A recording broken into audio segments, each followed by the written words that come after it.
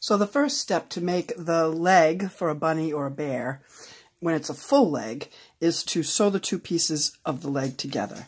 And make sure that you leave an opening that you can turn the leg right side out when you're done. So I have my two leg pieces put right sides together, and I'm going to sew from this pin to the toe and stop. And then I'm going to sew from the pin to the heel and stop.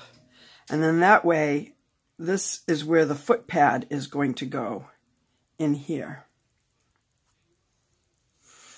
So I've marked my opening, and then on my foot, I've also marked the bottom of the foot has a little dot for the heel seam. It's going to match.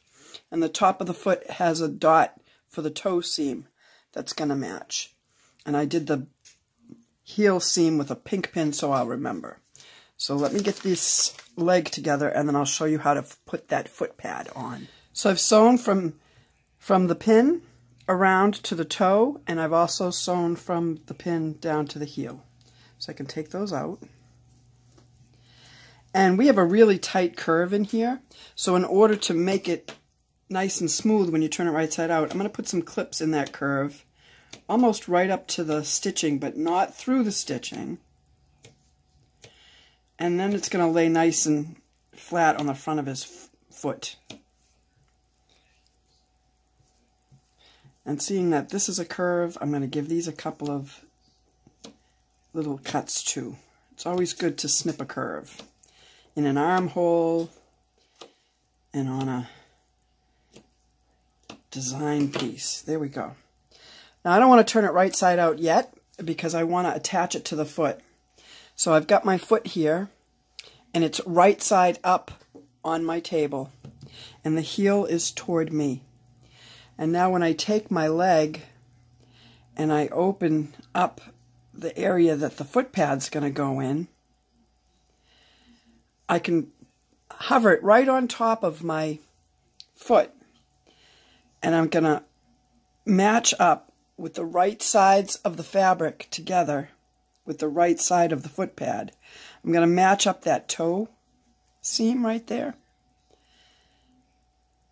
And I'm just going to put the pin right back in it. And then I'm going to match up the heel seam down here. And again, we're going to make sure that we've got the right side of the fabric touching the right side of the foot pad.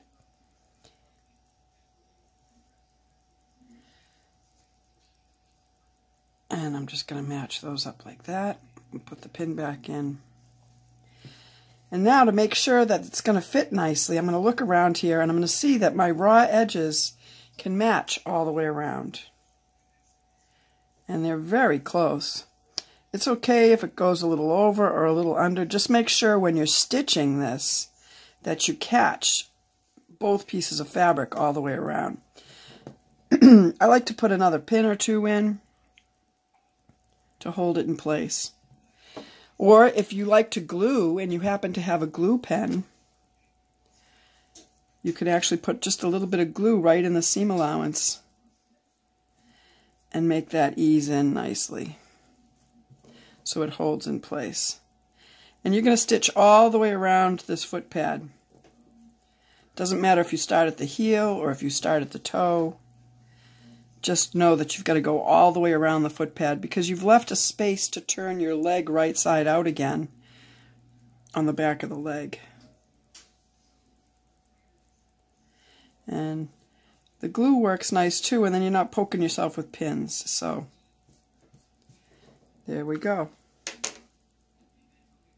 Now we're going to sew all the way around the foot pad. So here we are. I'm going to start right here at the heel.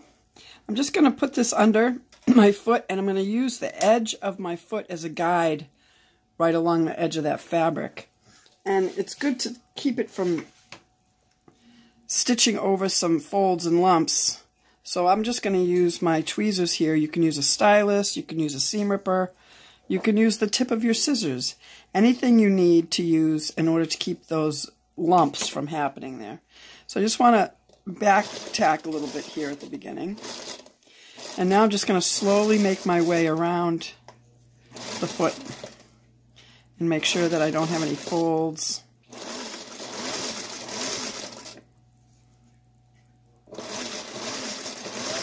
And then we're almost at the toe. We're just going to go over the toe. I like to use tweezers because I can grab the fabric and do things with it.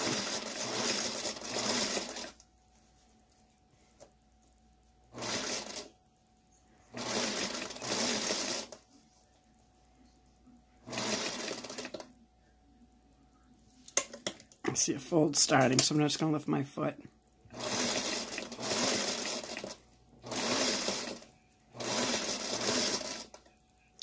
We're almost back to where we started.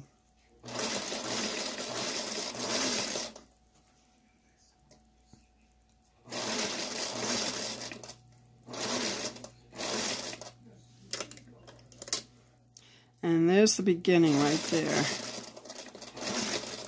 So I'm going to back tack again.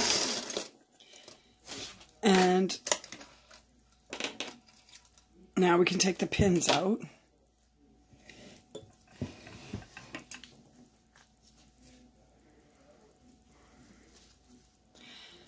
I had one little fold in there, but I think it's going to, oh, it comes right out. Good.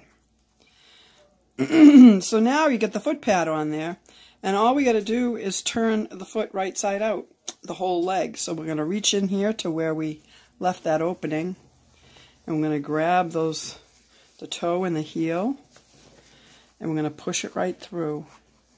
Look at that, it's a cute little light blue foot pad on the bottom of this leg. And we can turn the rest of it right side out. And now it can be stuffed.